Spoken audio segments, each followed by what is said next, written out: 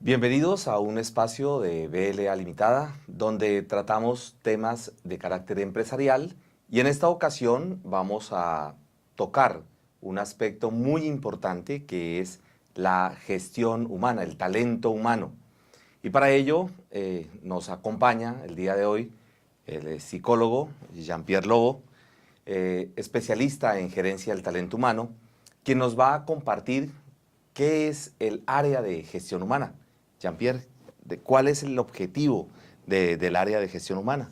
Ok, primero que todo, gracias Edmundo por la invitación y gracias a todo el equipo de BLA pues, por esta invitación y por esta realización.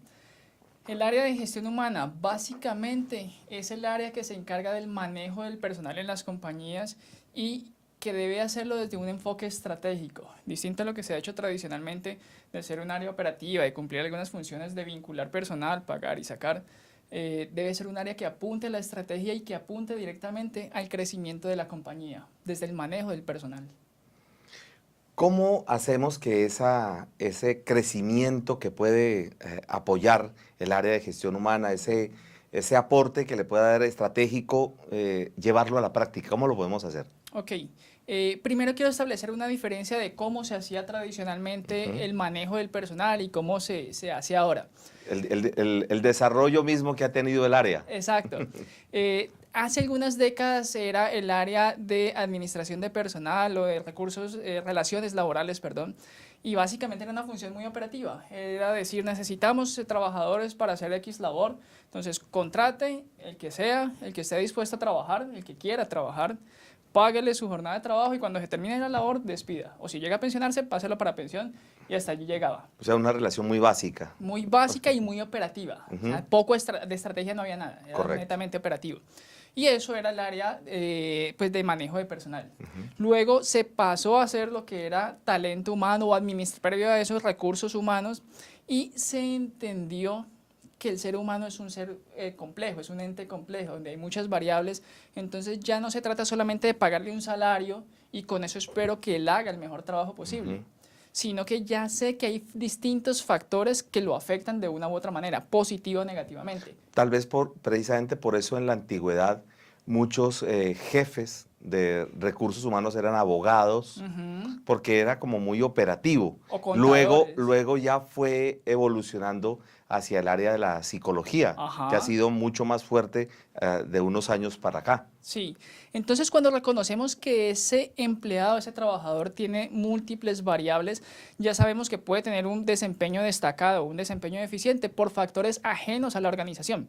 Factores tales como una calamidad en la casa, una situación de tipo familiar, puede ser falta de capacitación, puede ser falta de motivación de pertenecer a la organización misma o quizás la poca importancia que le da el trabajo realizado.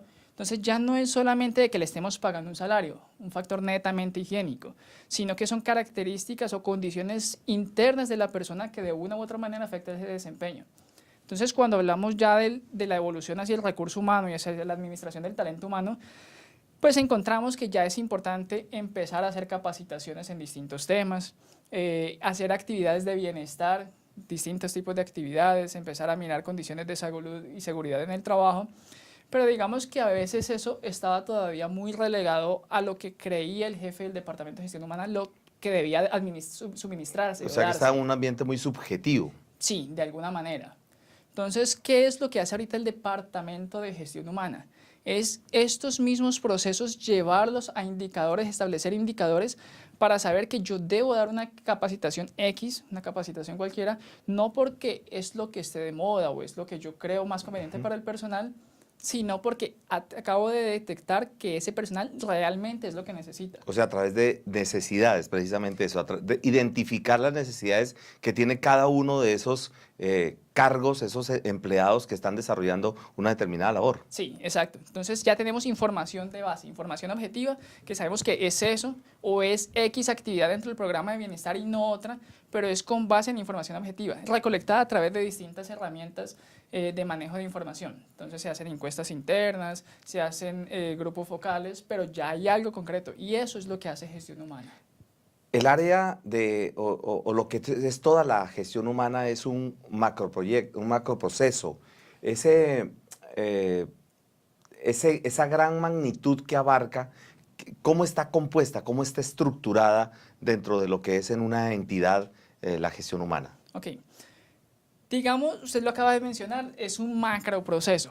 En su interior hay distintos procesos. Está el proceso de vinculación, reclutamiento y selección de personal. Está el proceso de inducción, formación, capacitación y desarrollo. Está el proceso de bienestar laboral. Está el proceso de salud y seguridad en el trabajo. Está el proceso de relaciones laborales. Entonces, son distintos procesos y es importante que cada persona que esté a cargo de uno de estos procesos sea una persona idónea, es decir, que tenga el conocimiento y la experticia para manejarlos. No necesariamente en el área debe haber un jefe y un asistente, sino que lógicamente hay unas especialidades en cada uno de esos temas. Ajá. Es como en el caso de los abogados. Uno se encuentra que hay abogados laborales, penales, de familia, y es abogado, formación Sí, claro. de base, pero hay unas especificidades. Y en el área de gestión humana pasa lo mismo, es muy compleja, cada vez se hace más compleja. Precisamente por la parte de la relación con el individuo. Ajá, y también por la exigencia legal. Ok, ¿Sí? claro. Entonces, uno puede decir, ok, eso está bien en una multinacional donde hay X cantidad de recursos humanos para administrar ese capital humano. ¿Cómo se hace en una pequeña empresa? Pues digamos que es mucho más complicado por la limitación en cuanto a recursos, pero igual hay que hacerse todos los procesos. Lo ideal en ese tipo de situaciones es que esa persona que está a cargo de esos varios procesos, pues obviamente cuente con un tipo de asesoría tanto externa como por formación por parte de la compañía. Y en esos procesos, ¿qué indicadores podríamos encontrar precisamente en cada uno de esos procesos que corresponde a todo lo que es la gestión humana? Bueno, interesante pregunta. Antes de eso quiero mencionar algo relevante para darle respuesta a ello, y es que cuando se crea una empresa, el objetivo de la empresa es que sea productiva, ¿sí? Que eso genere dinero. Y que genere utilidad, es lógico. Para claro, cualquier empresa. Es que nosotros somos una entidad sin ánimo de lucro. lógico. Sí, pero que sea sin ánimo de lucro no significa que sea con ánimo de pérdida. Ujú. Por lo tanto, debe haber productividad y eso debe reflejarse en un excedente financiero. Claro, porque eso genera el mismo recurso humano y los beneficios que se obtienen de él, pues genera crecimiento para la empresa porque la productividad de la empresa tiene que ir hacia el crecimiento mismo de la entidad. Claro.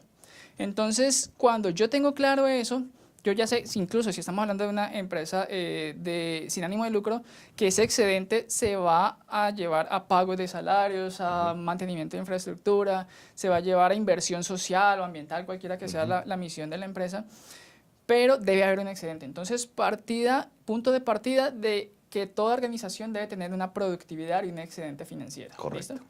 Ahora, la pregunta que me haces es ¿cómo puedo llevar ese macroproceso y esos distintos procesos a indicadores puntuales? Eso parte del manual de funciones. Yo debo ponerle un indicador a una persona en un cargo determinado dependiendo de las funciones que tiene para ese cargo. Para ello es importante tener previo a esos indicadores unos manuales de funciones. ¿Sí? Yo no puedo decirle a alguien, mire, es que necesito que usted me suba tal indicador si ni siquiera le he dicho a esa persona y le he aclarado a esa persona cuáles son las funciones. Entonces, paso fundamental que yo tenga definido cuál es el manual de funciones. Y después de eso, yo ya paso a definir cuáles son los indicadores. Entonces, me hacías la pregunta, ¿cómo lo puedo llevar a indicadores concretos? Solamente vamos a mencionar uno por tomar un ejemplo y ahora hacemos algunas ampliaciones. Si estamos hablando del proceso de selección, yo podría hablar del criterio de efectividad en el proceso de selección. Es decir, no me basta, como se hacía hace algunas décadas, de contrate personal, páguele salario y después desvincule. No, yo necesito que esa persona sea idónea. Tengan unas determinadas competencias. Exacto. Es decir, que tenga un conocimiento, unas habilidades y unas características en su forma de ser que le permitan tener un alto grado o un alto porcentaje de efectividad en el cargo que va a desempeñar, ¿sí? Entonces yo ya puedo decir como indicador, necesito que de las personas que se seleccionan para esta compañía, que en el 80% de los casos esos candidatos me superen siquiera los 6 meses, ¿sí? Ese podría ser un indicador para ese proceso y solamente un indicador porque podrían tener más. Mencionaste la parte de que dure al menos un determinado tiempo. O sea que también allí llega a retroalimentarse la rotación de personal en ese punto de selección de personal. Exacto, es que eso que acabo de decir es lo que apunta a rotación de personal. Ujú. Y ese es un indicador de si el analista o la persona encargada de hacer selección está haciendo o no bien su trabajo. Porque no se trata, como decía hace un momento, de traer a cualquiera, se trata de traer Correcto. personal efectivo. Ahora, eso dentro de ese proceso, dentro del macro proceso. Miremos otro proceso, estamos hablando del área de salud y seguridad en el trabajo, que ahora hay unas exigencias pues que... De parte del Estado de carácter obligatorio. Sí, son impositivas. Independientemente de que tengas uno o miles de empleados. Sí, aplica para toda compañía, como decías, unipersonal o con un número infinito de empleados que estén afiliados al sistema de riesgos laborales. Entonces, para todos aplica. Entonces, uno podría decir, ok, vamos a hacer X cantidad de capacitaciones o X capacitaciones y X actividades de supervisión en el lugar de trabajo para verificar que las personas estén cumpliendo con las condiciones tanto ergonómicas como de seguridad, como de posturas, movimientos y demás, pausas activas. Y eso debe llevarse a un indicador. ¿Cómo puedo medir yo eso? Pues yo puedo decir, ok, si yo hago esto para cuidar la salud de los trabajadores, pues eso debe reflejarse de tal manera. Entonces yo puedo decir, necesito que me bajen los indicadores de ausentismo por Claro, enfermedad profesional. Claro, una incapacidad y todo lo demás. Claro, y eso volvemos al punto inicial, plata.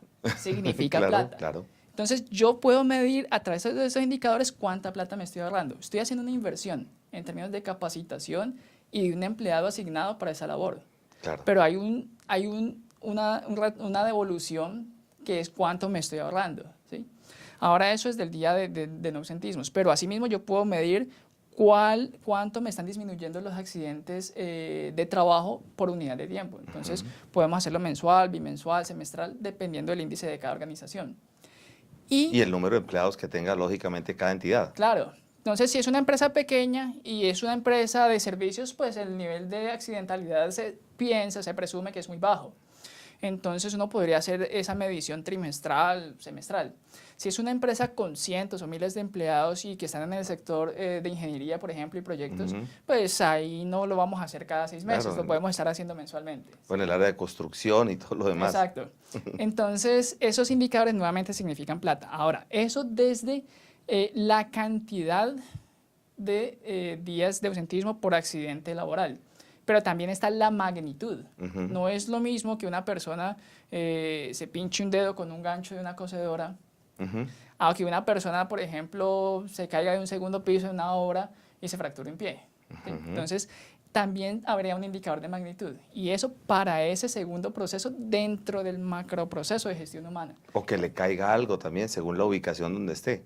Porque puede ser que él no lo propicie, pero el ambiente donde él está trabajando cabe la posibilidad. Por ejemplo, si yo tengo estanterías altas con mercancía, puede haber la probabilidad, si algo no se acomoda bien dentro de esas estanterías, que se venga al piso y alguien que esté pasando por ese lugar genere un accidente. Exacto. Y allí uno podría decir, ok, ¿cuáles son esos distintos factores del sitio de trabajo y de las condiciones de trabajo que podrían propiciar que eso que acabas de describir suceda? Uno, falta de capacitación. No capacitamos al empleado sobre actos seguros y sobre disposición adecuada de mercancía. ¿Sí? Esa sería una. Dos, condiciones de infraestructura. El espacio es muy limitado, es muy cerrado, entonces podría ser otro factor.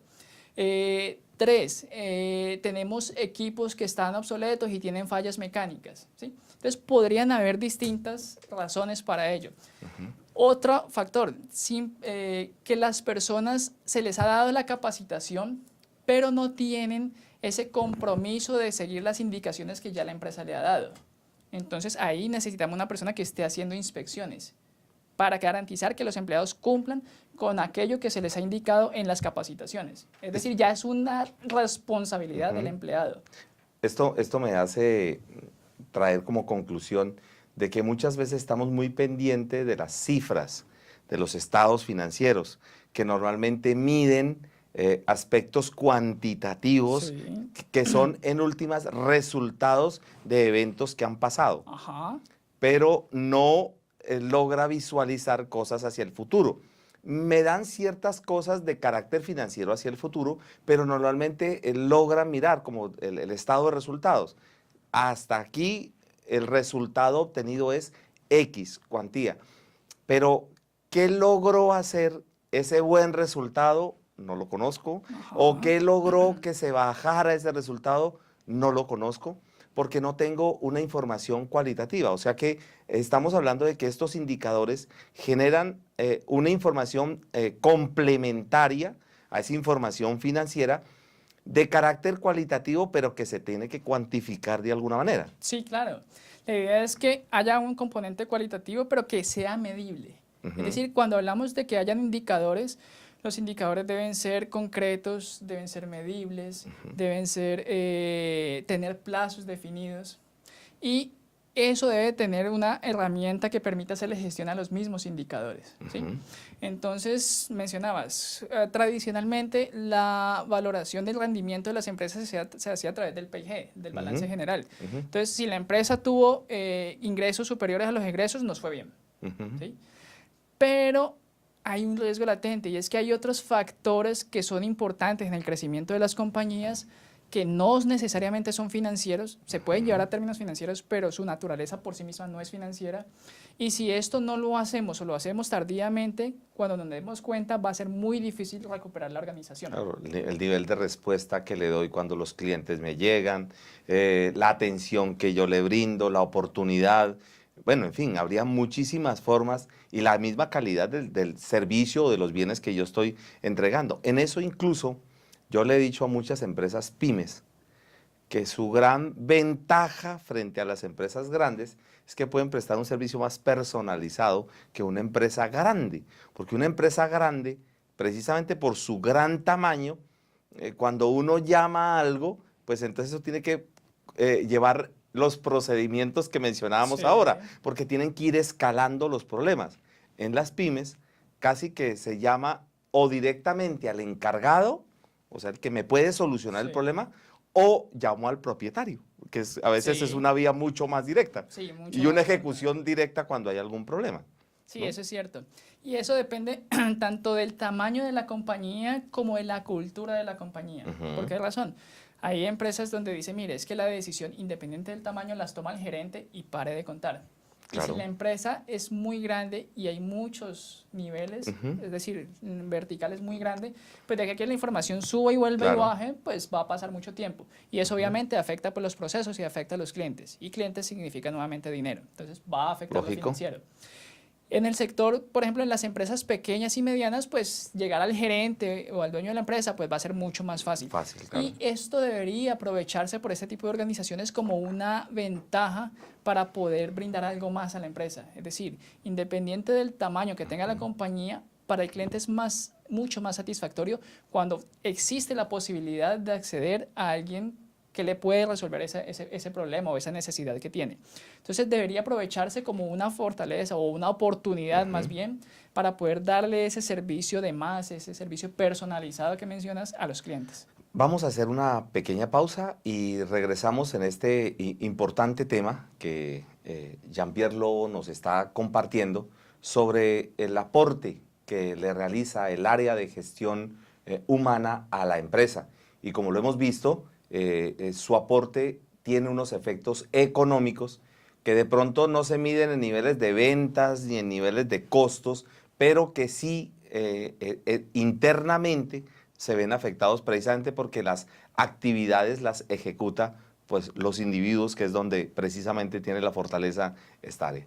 En breves instantes regresamos.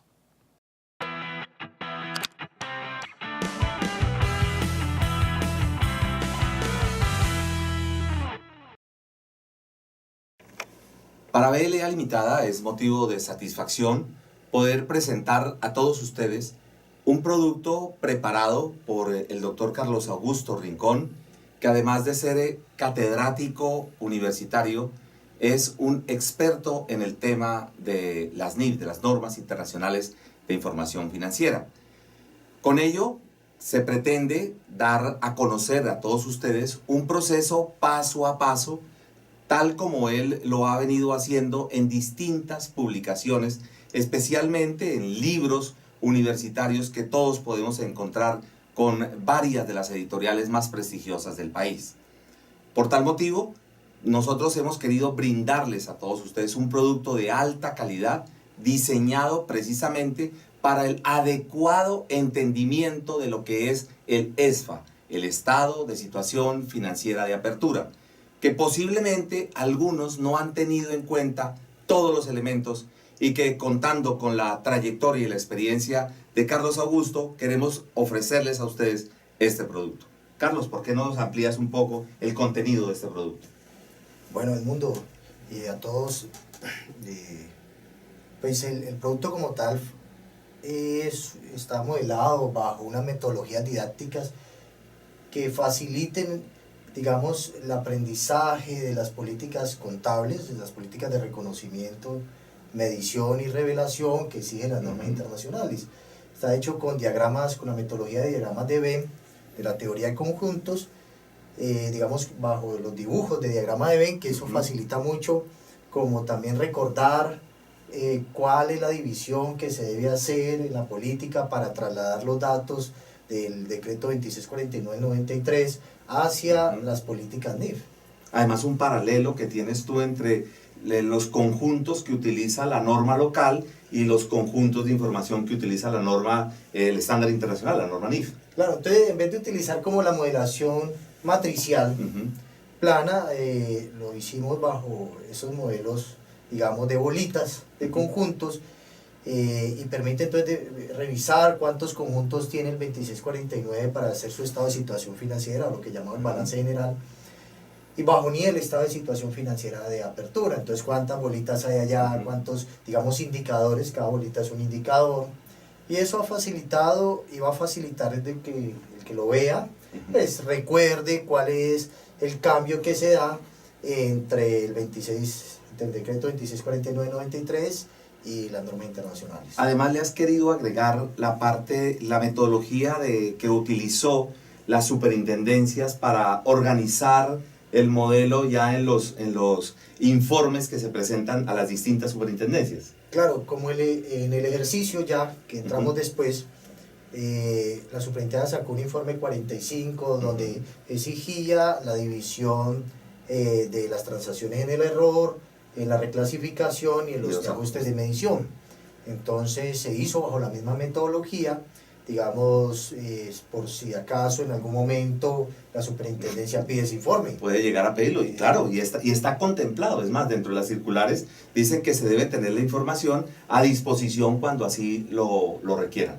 Claro, entonces digamos que la misma metodología y además el ESFA, que es el que está mandando a los diferentes medios magnéticos pues, que hay para revelar la información como tal. Perfecto. Entonces, amigos, no solamente es un curso de carácter conceptual, sino que contiene un ejercicio práctico de aplicación con algunos casos donde se detallan y se explican para ellos. De manera complementaria, vamos a recibir un producto donde hemos tratado de sintetizar aspectos más relevantes del tema de implementación que complementa perfectamente lo que el doctor Carlos Augusto Rincón ha preparado para todos nosotros. Así que esperamos que ustedes acojan este nuevo producto para todos ustedes.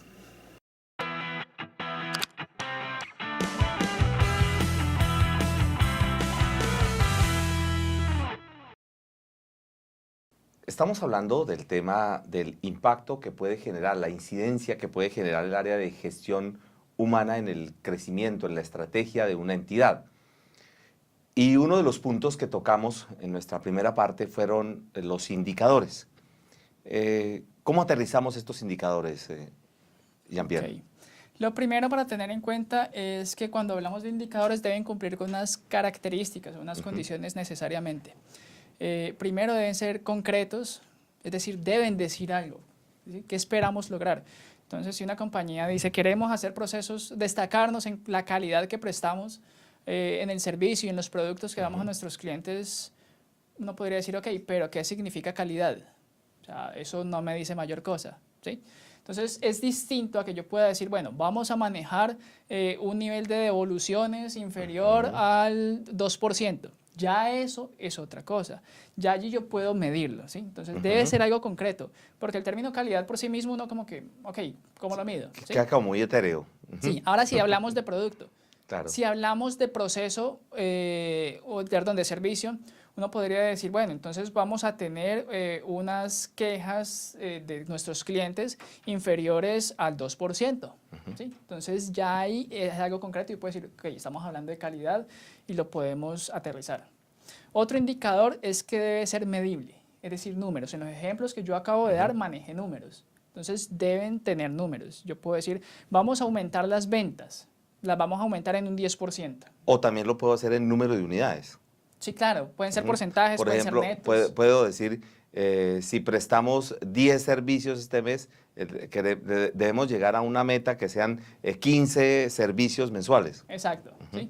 Entonces deben tener ese carácter que sea medible. Otra condición, deben tener plazos definidos. Es importante, lo que no tiene plazo, pues no hay forma de saber si vamos bien o vamos mal. Entonces, si queremos aumentar las ventas en un 10%, si estamos hablando del departamento comercial, pero no digo para cuándo, y estamos a mitad de año, por poner un ejemplo, ¿cómo sé si voy bien o voy mal? Si no he dicho si va a ser para finales de este año o para finales del año siguiente. O queremos abrir una nueva sede, o queremos entrar a una nueva ciudad, abrir mercado en una nueva ciudad. ¿Cuándo? No, no sé, algún día. Pues sí, Sí, entonces claro. debe tener plazos.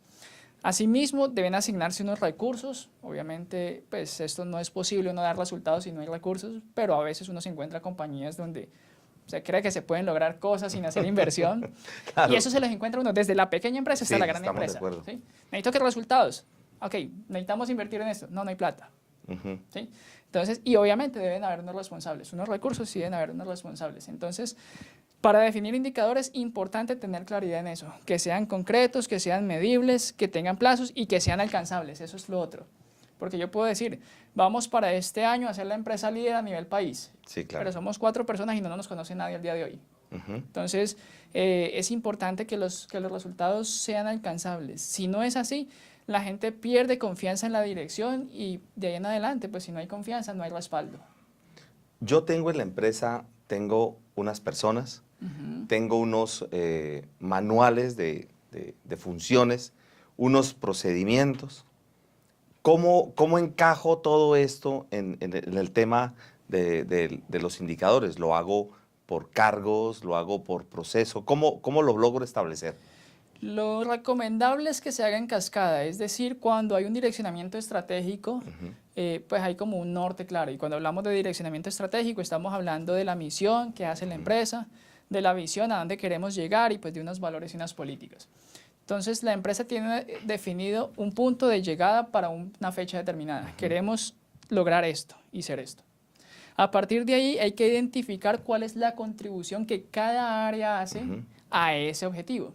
Entonces, si la empresa dice, nosotros queremos ser líderes en servicio al cliente y ser reconocidos dentro del mercado en el servicio al cliente y posicionarnos dentro de las primeras 5 empresas a nivel regional o a nivel país, pues cada departamento va a tener que apuntarle a eso.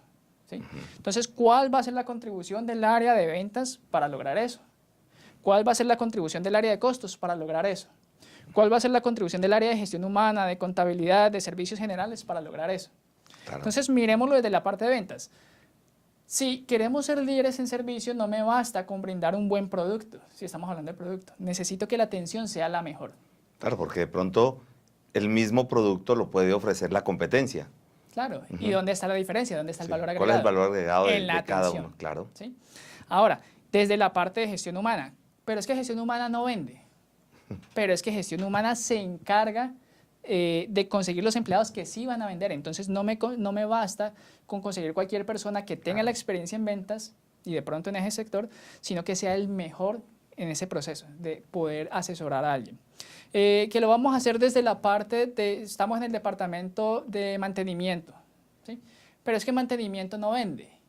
Sí, pero es que mantenimiento se encarga de hacerle, valga la redundancia, el mantenimiento de las instalaciones para que el cliente se sienta a gusto y confortable cuando va a pedir una asesoría.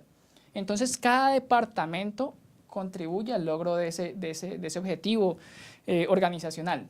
Asimismo, cada área tiene una serie de empleados y cada empleado debe contribuir a los logros del objetivo de su área. Todo cargo dentro de la compañía debe aportar directa o indirectamente al logro de los objetivos de la compañía. Si algún cargo no lo hace, sobra. O sea que debo a incorporar dentro de este análisis todo lo que es el organigrama de la entidad para establecer también, así como estamos llegando hasta el último persona, pues también los distintos niveles jerárquicos que tiene una empresa. Sí, claro. Entonces, cada cargo debe aportar, ¿sí? Si no, como decía, sobra, y por eso es la importancia de tener manuales de funciones. Cada persona sabe qué le corresponde, qué debe hacer y por qué lo está haciendo. Entonces, si yo soy la persona de mantenimiento y yo sé que debo arreglar unas sillas que están en la sala de ventas, pues yo ya sé que no es solamente arreglarlas cuando yo quiera, sino que debo hacerlo de manera inmediata, porque eso me puede afectar la imagen si una persona, si un cliente se accidenta allí o un empleado, un compañero de trabajo, y eso puede también tener implicaciones financieras, si hay una demanda o demás, ¿sí? Entonces, cada cargo debe aportar necesariamente. En este caso, que estamos dentro de lo que es la parte del talento humano y obviamente están los jefes, esto puede llegar a entorpecer un buen jefe, un buen líder, o un mal jefe, un mal líder, que puede llegar a que se distorsionen todos estos indicadores que se han planteado. ¿Cómo engranamos ese punto? Bueno, Sí, de alguna manera, ¿cómo detectamos ese punto? Importante tanto el respaldo que hay de la dirección como la formación que se ha dado a cada jefe, y no se puede negar que hay un elemento interno de cada jefe, ¿sí? Entonces, hay jefes que son muy objetivos y saben lo que hay que hacer y lo hacen de manera adecuada y dan los resultados adecuados. Y lo puede hacer de distintas maneras.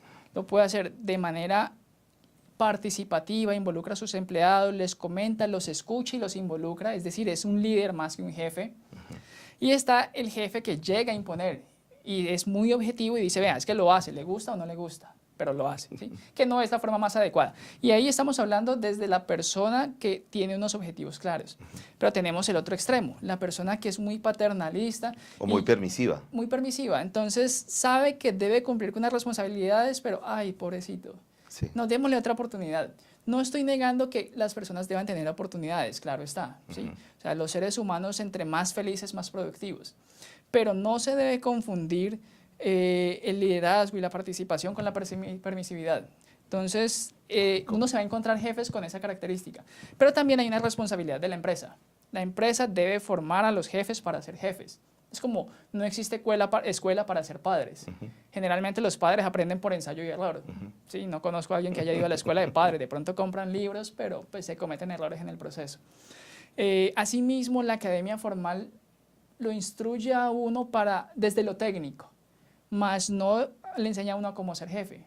Entonces, es importante que las empresas tengan claridad en esto y pueda instruir a sus jefes en esta función. Además que eso también puede generar roces entre compañeros, conflictos subalternos y jefe de doble vía, que todo eso puede, en últimas, incidir en el punto del logro del objetivo que se ha propuesto la entidad, ¿no? Claro, y afectar el clima laboral. Por eso, cuando yo tengo como jefe indicadores claramente definidos, yo puedo tener a todos mis empleados y decirle, mire, él cumplió, usted no cumplió, y las consecuencias, los beneficios, las consecuencias para uno son estas, estas y estas. Entonces hay claridad en ese proceso. Y volvemos nuevamente al tema de indicadores. Y mencionabas en la sesión anterior que los indicadores tradicionales habían sido financieros, pero que la empresa podía estar yendo a pique y no estarse dando cuenta, ¿sí? Entonces, hay herramientas de gestión que permiten medir esos otros indicadores o esas otras perspectivas que no necesariamente son financieros, que pueden ser más proactivos que reactivos, que el balance general, y que también son importantes. Y una herramienta que personalmente me gusta mucho es el Balance Scorecard. Es una herramienta que mide distintas perspectivas, porque es importante. También la perspectiva de clientes, la perspectiva de procesos, la perspectiva de crecimiento y aprendizaje, y algunas empresas le han incrementado la perspectiva de responsabilidad social y ambiental. Sí, y eso claro, se lleva a números y van apuntados para cada cargo. Además que eso, como yo cuantifico valores, el Balance Scorecard fue diseñado visual, que normalmente se semaforiza, se coloca como un semáforo, ¿no? Ajá. Un rojo que es una alerta, un amarillo que todavía hay riesgo y un verde donde normalmente uno dice, lo logré, estoy satisfecho. Pero a pesar de eso, fíjate que es importante analizar los dos objetivos. No solamente ver, yo recuerdo en una etapa de mi vida donde tuve la oportunidad de ejercer como gerente en banca, me hacían preguntas a mí y yo conocía a todos los clientes impuntuales, los que no pagaban, los morosos, los que había que casi que llevar el abogado para poder que pagaran. Pero normalmente los clientes cumplidos, uno poco los detecta. Entonces, sí, ese es un aspecto también, que los indicadores a veces nos concentramos en lo que está mal, pero no vemos, por ejemplo, por qué nos está yendo bien. ¿Qué es lo que estamos haciendo tan bueno que tenemos que seguir replicándolo? O quiénes son esos empleados tan buenos que tienen que resaltar para luego que ellos me ayuden a capacitar al resto de los empleados para que pueda eso también irradiarse a los demás, ¿no? Claro. Entonces, cuando lo manejamos desde lo financiero, ejemplo, balance general, eso cifras, pasa desapercibido, o sea, de eso no me doy cuenta. Y estoy perdiendo oportunidad y dejando abierta la puerta para riesgos. Cuando yo tengo otros indicadores, eso lo puedo percibir y potencializarlo.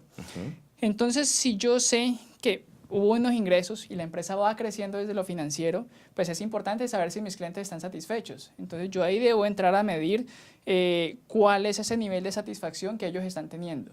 Porque podría ser que cuando me dé cuenta de que van para atrás esos indicadores, pues cuando ya aparecen reflejados en lo financiero va a ser demasiado tarde, como mencionábamos hace un momento. Entonces, ese indicador es importante, ¿sí? Claro.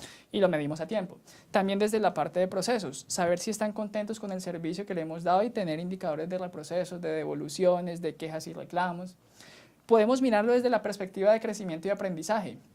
Es decir, ¿cuántos empleados nosotros estamos promocionando al interior de la compañía cuando se dan vacantes? ¿Sí? Claro. Y eso nuevamente se cuantifica, tanto de manera directa como por riesgos ocultos. Y eso golpea mucho el clima laboral. Claro, porque si yo me he capacitado, he dado buen desempeño y traen a alguien de afuera, que además de eso tenemos me siento el riesgo, sin oportunidad. Claro. Entonces, y además de eso tenemos el riesgo de que esa persona que traemos de afuera y que creemos pudo haber sido bueno, nos descachamos y no lo fue, claro, porque no me dieron la oportunidad quizás, a mí. No, y quizás no encaje dentro de la cultura organizacional que tiene la misma entidad. Claro, entonces eso necesariamente, como decías, afecta el clima laboral. Y al afectar el clima laboral puede aumentar la rotación de personal. Entonces tenemos empleados muy buenos que no los aprovechamos, se nos fueron y nos dejan el hueco. Ya, no ahora mira la experiencia que se llevan esos empleados. Claro. Porque cuando tú vinculas a una persona, por más capacitación que haya tenido la persona o por más experiencia en otra entidad, cada entidad tiene su propia estructura. Ajá. Y puede ser que en esa otra entidad brilló porque él tenía presupuesto, porque él tenía herramientas de trabajo, pero resulta que en esta los recursos son más limitados y los empleados que tenemos aprendieron a moverse en ese ámbito, son creativos, le sacan el mayor provecho a las herramientas con las que tienen y de pronto la otra persona se puede bloquear. Y si yo no las atiendo, se me va esa experiencia, además experiencia que a mí me ha costado. Claro. Porque me ha costado no solamente el valor que yo pago por capacitación, sino que cada vez que atienden un cliente, ellos se están capacitando. Porque sí, este cliente le gusta así, a este otro cliente se le maneja de esta otra manera y se me puede ir toda esa experiencia. Experiencia que no está cuantificada monetariamente, pero que al irse sí puede tener efectos en la parte ya de lo que son los resultados de la compañía. Claro, y que como decías, por más capacitada que llegue esta persona de afuera, va a haber una curva de aprendizaje y la productividad no va a ser la misma que cuando se está en full. Entonces allí estamos perdiendo dinero, ¿sí?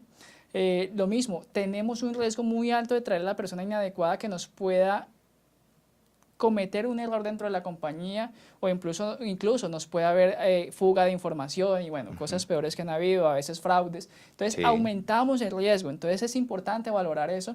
Y esto, ¿cómo lo damos cuenta? No a través del balance general, sino a través de una herramienta como el Balance Scorecard, donde podemos saber si estamos invirtiendo en el desarrollo de nuestros empleados. Y decíamos, si hay una inversión debe haber un retorno. Entonces, ¿de qué me sirve capacitar a los empleados si no le voy a dar la oportunidad de desarrollo? Esta herramienta me permite medir eso. Miremos otra perspectiva, la de responsabilidad social y ambiental. Ahora es una tendencia de las empresas a nivel mundial Sí. conservar esa responsabilidad en ambos contextos, lo ambiental y lo social. Pero si yo traigo un empleado que puede ser jefe, puede ser operativo, no tiene ese compromiso, por ejemplo, Sí, con la seguridad claro. social o con cuidar los recursos ambientales, eso me puede derivar o en una demanda por incumplimiento de normas ambientales, ejemplo, o de normas de afiliaciones, o me puede representar también una mala imagen en el mercado. Y una mala imagen en el mercado, como decías, difícilmente la voy a poder cuantificar, pero tiene un efecto grandísimo que puede incluso llevar a pique una compañía. Entonces es importante tener esos otros indicadores, no solo el financiero, que es importante, pero también los otros, y esta es una muy buena herramienta.